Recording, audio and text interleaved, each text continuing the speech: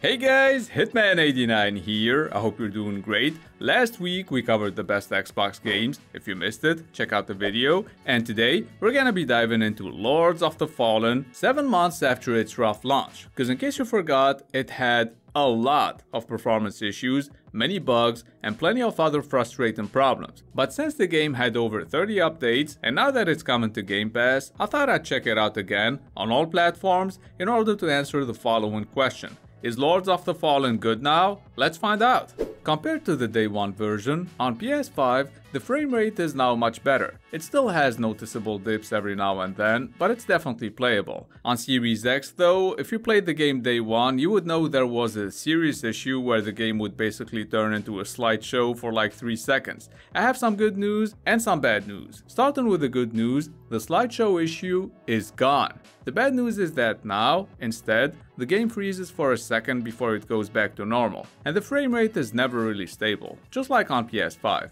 Now, when it comes to the PC version, I have a 4080 and I played at 4K with the LSS set to balanced and maxed out graphics, and I got 70 frames per second. But again, the problem is the stuttering. Long story short, performance still sucks dick.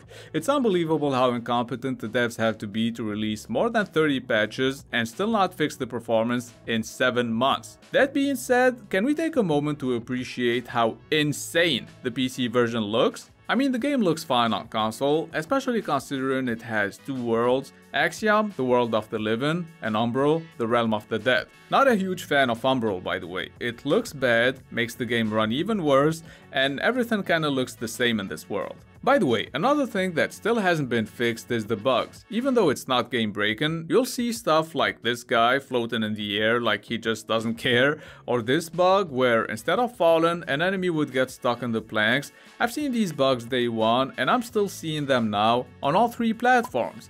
Wait, did that guy just teleport? Yeah, what the fuck was that? Oh, and guys, if you like brutally honest reviews and you want me to make these regularly, show your support with a subscription. You know, you guys help me out with a subscription and I provide you with the content. I guess that's how it works, right? What the fuck am I doing? Anyway, Lords of the Fallen's got many classes, tons of weapons and possible builds. I tried a few and I really like the combat. I mean, when the lock-on system works properly. Speaking of combat, the levels that lead to bosses are always harder than the actual boss fights. A couple of them can be really challenging, but for the most part, you'll beat them within 1 or 2 tries. And that's because they keep on using the same moves, which makes them pretty easy to learn by heart. And when playing this game, you'll notice that vestige points, which are the equivalent of bonfires in a Dark Souls game, they're way too far from each other, so you have to use umbral seeds to make your own checkpoints. Just not put one in every flower bed you find though, cause the game will trick you into using them, and then you walk 5 more seconds and you find a vestige point. Another trick the game uses is, and I always fall for this one cause I'm a dumbass, is that there are fake items everywhere, and as soon as you pick them up, you get eaten by this piece of shit.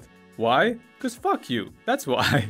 And I feel like that's the approach the devs took making the whole game. So they placed a bunch of dudes behind boxes, not just to attack you like in Dark Souls. Nah, here, they straight up push you to your death. It's so much fun. That's gotta be why the level design is so confusing. Seriously, it's horrible. I played tons of games and I never had to keep going online, not to look up guides on how to beat boss fights or what weapons and items are OP. Nah, I kept on going online to look up where to go next. And before some fanboy tells me it's cause I suck, cause I can already see them bitches coming, there are thousands of people looking up guides on where to go after each boss fight. Wanna know why? Cause this is what the map looks like. I wouldn't find my own house with this shit. And that's probably what makes exploration far from being enjoyable. Cause on Lords of the Fallen, 90% of the time, I'm exploring just cause I'm lost. And I don't know about you, but what makes exploration even more enjoyable for me is when I get blocked by enemies and I die like this. Add to that a couple of shitty camera angles at the worst possible time, and you might break your controller, TV, and probably just burn the whole place to the ground.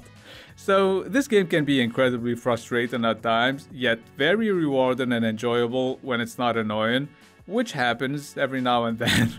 In all seriousness though, I'm glad the devs addressed the enemy density issue and they toned it down a little bit. Enemy variety is still a problem though. Fighting the same enemies throughout the game with the addition of bosses and mini bosses becoming regular enemies isn't fun. Another thing that's not fun is PvP. I played offline because I've had enough PvP invasions to know that I'm not interested in those.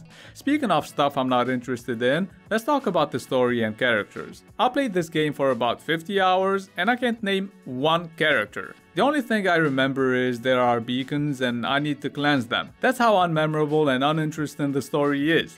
I tried, God.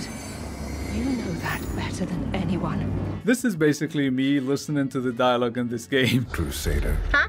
My name is Dunmire. What? And I am an exactor of the Dark Crusaders. Oh. Okay. With all its flaws, Lords of the Fallen is still fun. Very fun if you like Souls-like games. It's got some interesting new Game Plus options, plenty of builds you can try out, so it's extremely replayable. Oh, and it supports crossplay, so you can play it on online co-op with a friend, regardless of what platform they're on. And with that, I think it's time to move on to the verdict. No matter how much it would piss me off, I would stop playing Lords of the Fallen for a couple of days, then I would think about it, give it another shot and have a little bit of fun, and finally I would get pissed off again and remember why I stopped playing it in the first place. So over 30 updates later, is Lords of the Fallen good now?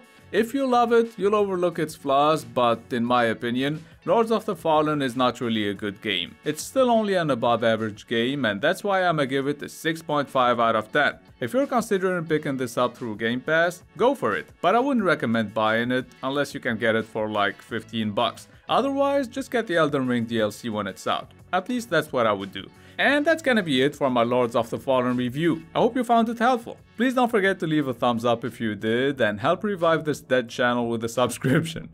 It's been Hitman89. See you guys very soon.